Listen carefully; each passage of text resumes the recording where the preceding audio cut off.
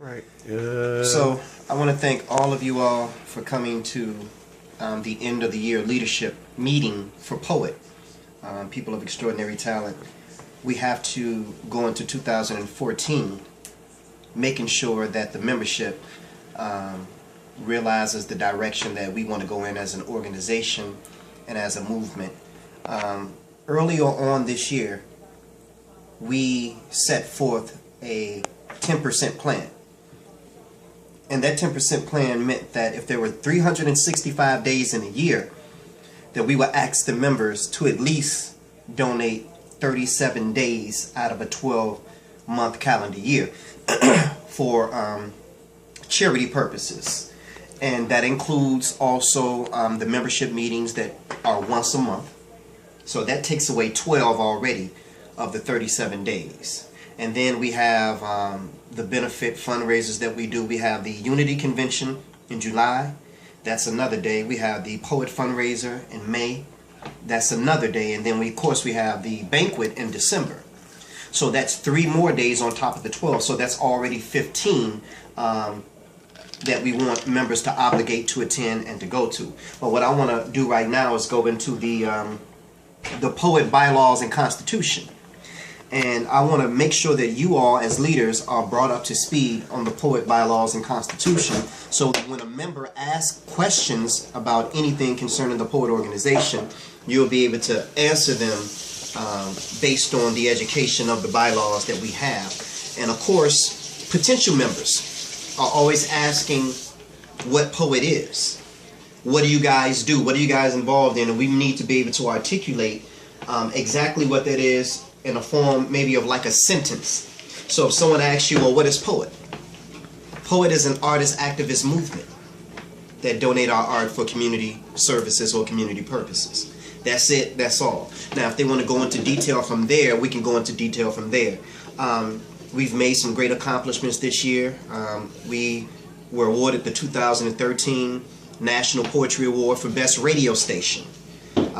That's another form that we have for newer poets to expose themselves for artist development, calling in to the radio shows. Sunday through Thursday, they have a chance to work on their art without being in front of an audience, without being in front of a crowd, without being in front of people. But the greatest reward of being a P.O.E.T member is being able to use your art for community activism purposes. In addition to that, the individual benefit, of course, is our ability to develop and train new poets so that they can become better artists, package themselves, have an EPK, electronic press kit, have a bio prepared. All those things are important when it comes to you as an individual artist. We offer opportunities for them to become published authors. All of you all at this table have been offered that same opportunity, and I'm just glad to announce that we've created over 30 new published authors since we began the process of bringing out P.O.E.T anthologies. The next P.O.E.T book would be out in April, National Poetry Month. And a sister gave me permission to use a statement out of a conversation we had, Sister Clarissa Harris.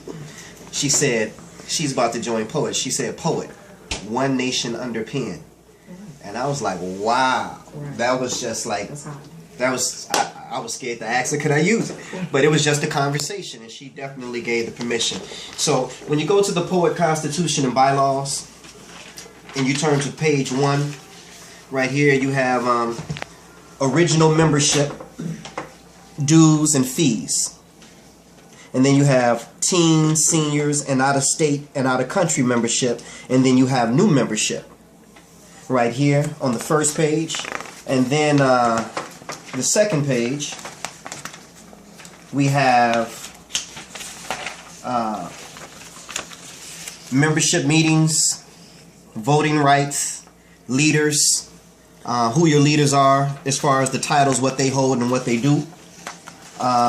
And then you have, after that, preceding that, you have the officers, and then you have the 10 committees that make up the P.O.E.T organization.